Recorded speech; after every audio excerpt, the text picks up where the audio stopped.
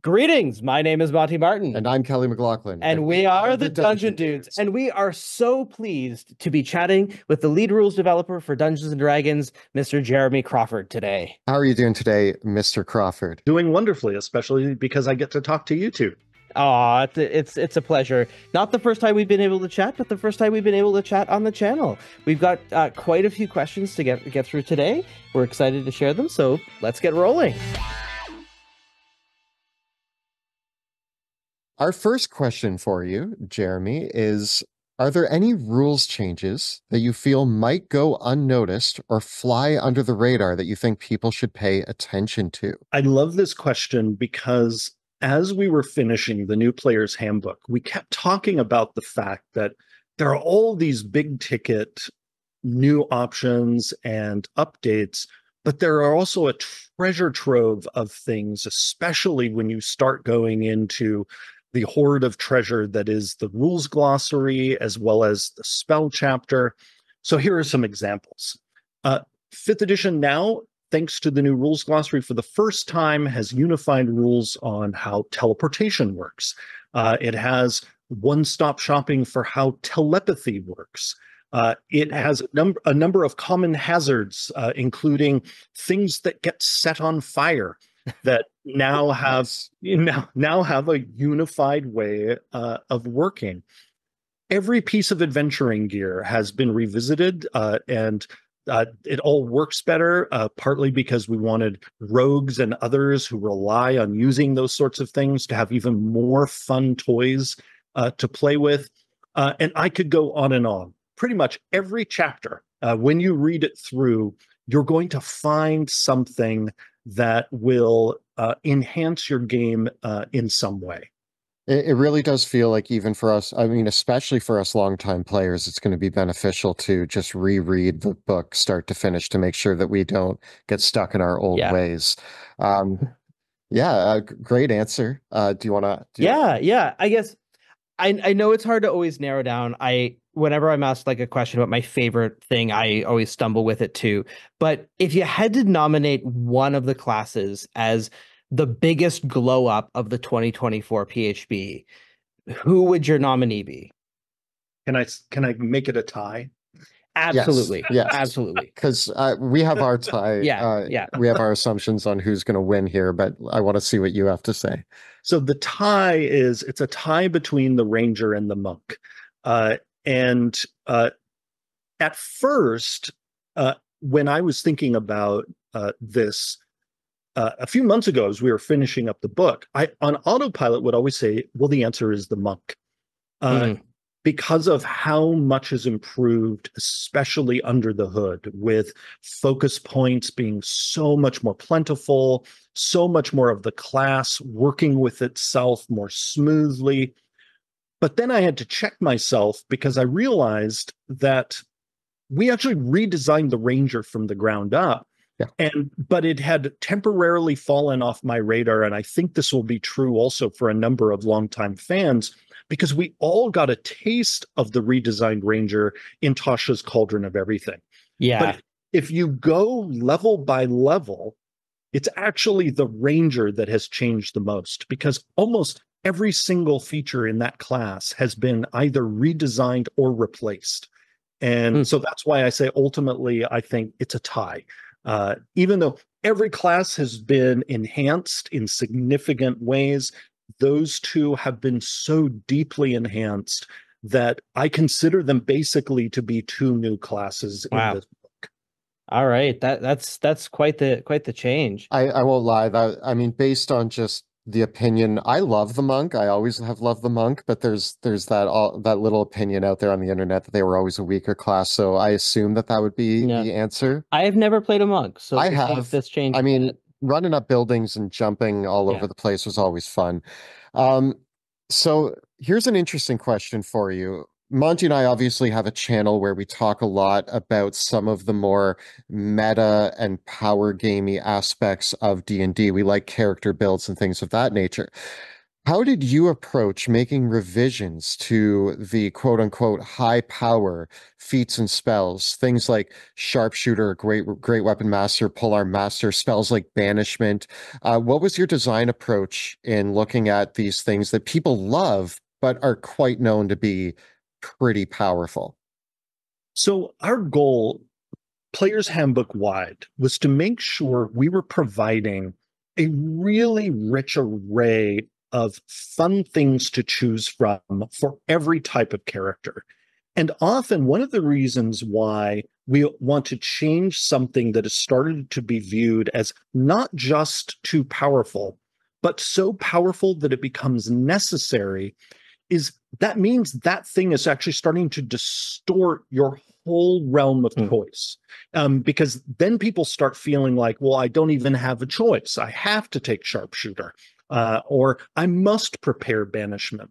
And so it's not the power that we might be addressing if we change an option like that. It's the fact that its power and other elements and how other things are designed are creating an environment where people's choice actually is diminishing because they feel like they're supposed to take this thing. Yeah. So for us, it wasn't just, all right, we need to adjust something like sharpshooter. It's we need to adjust also everything around it so that people feel like I have an actual choice. People might still feel that that thing is the thing they want most, and that's awesome. You know, we love for people to use the things they like, Right. but we don't want people to feel cornered by character building choices. And so that's why often what we'll be doing is adjusting the whole environment. That's why focusing in on the feats you mentioned, that's why there are not only more than there. This book has more than 30 additional feats more than the 2014 Player's Handbook, but Wow. all of the previous feats were redesigned to create a really rich environment for anyone who decides they want to really dive into that portion of the game. Same with spells. A lot of spells that before were underperforming, and people in UA got to see an example of this of our enhancements to healing spells. Those things getting enhanced is part of our answer to those things that were perceived as super good, which are still super good. But sometimes we might have brought down their power a little bit. Okay, so a couple nerfs incoming. Yeah, but that's to be expected if you're balancing the game, right? But I would say that other things being enhanced is our main tool. Yeah. There is actually very little in this book that had its power lowered. Like if you go through and just do a survey of things that had their power lowered versus things that had their power increased, the power lowering is statistically significant compared to the number of things that have been enhanced. That feels a lot better to me, I think. Yeah, absolutely. I think that from here, I do know that there's been so many things that have been included now in the Player's Handbook, but we've heard a lot of wondering about the things that aren't in the Player's Handbook. And I'm wondering, what can we expect going into the future from previously published spells, subclasses, especially the subclasses that were in the 2014 PHB for the Wizard and the Cleric that aren't in the 2024 PHB? Can we expect previous options in previous books to be revised? Are they going to be left in state? Are they going to be updated in future publications? Or should we just expect, beyond the core rule books, just brand new stuff adding to the games from here? So you're going to see a mix. You're going to see brand new options in the future. Okay. You're going to see some old options return and be enhanced the way things have been enhanced in the new Player's Handbook. And then there are going to be other things where we leave them as they are. And the beauty of the approach that we've taken with the new Player's Handbook is anything that's not in it, you can still use with it. Right. The whole approach is, if it's in the book, the new version of the thing replaces the old version. But if an option is not in the book, like the Necromancer, for instance, you can keep using the 2014 Necromancer and use it with the 2024 wizard. We have worded the subclass rules, just as one example, so that you can use an older subclass with a newer class, but not if it's a subclass that appears in the player's handbook. Then you use the new version. Nice. Makes sense. That's pretty intuitive, and I like that. It means that there's still a wealth of options from other books to use. Yeah. So here's a fun one for you, Jeremy. So many discussions about D&D begin with, if I was in charge of D&D, I would change whatever.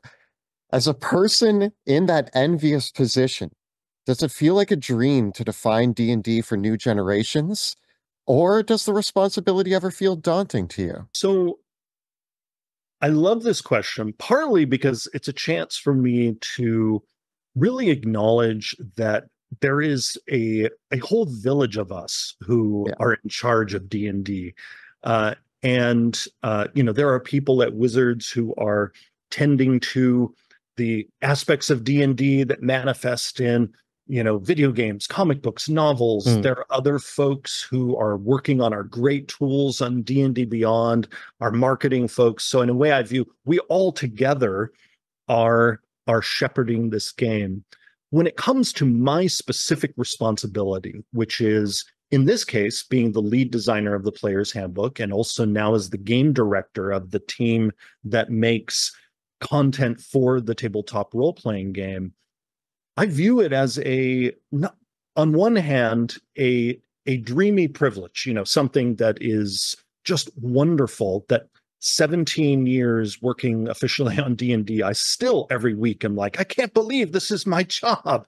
But it is also a mighty responsibility, because I view D&D as not just a game that is my favorite game, but it is also a beloved part of gamer culture, that not only do D&D players love to play and make things for, but it's a game that inspires people to design other games, to write screenplays, to workshop how to solve problems with their friends. This game is precious, and because of that, I view my responsibility as well as the team's responsibility to honor what people have done for the game over the past half century, and to make sure we leave the game in a place so that someone 50 years from now can be talking about how they've shepherded the game to where it is then. That's so lovely. Yeah. I feel like I want to close things off with a maybe a slightly self-indulgent question, and just wondering if there were any rules modifications that were in your mind as you were doing the revisions. Were there any things discussed by some particular content creators that might have been on your mind as you were making any revisions to the rules? No, don't have to name any specific names. Just wondering if the community of content creators out there was and their feedback and discussion might have been something that was in consideration. So I would say we absolutely were influenced by the community of content creators, because our team watches videos in addition to reading the mountains of written feedback that people give us through our surveys, and we're also looking at Reddit.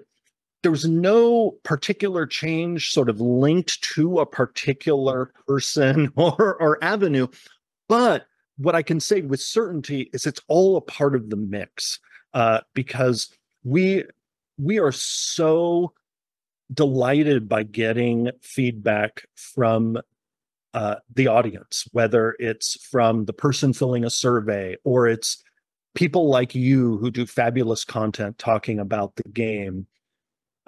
We want it all, and we appreciate it all, because we know it takes everyone time to give us that feedback, and we always view it as this is a gift. That even if people don't like the thing, it's still a gift when we get the feedback, because there's something there for us to learn, something hopefully for us on the other end of analyzing that feedback that will result in D&D being even better. Fantastic. Well, I know that we won't take up too much more of your time, but I just want to say a massive thank you to spending this time with us today to chat with us about the new rule books. We're so excited to dive into things and start really ripping through every single last page and see all the hard work that you and the whole studio team have put into this revision. It's the most excited I've been for a release in a while, and I mean, it's one of those things that you don't realize how excited you are to read your favorite class again until it's happening, and then you're like, wow, I get really excited. And even the classes that weren't my favorite, I'm excited for them to maybe become my favorite. There's a lot of opportunity here to like, there's a freshness to it, and that's always going to be exciting. And so it's been such a pleasure to ask our questions and have you answer them. Thank you so much.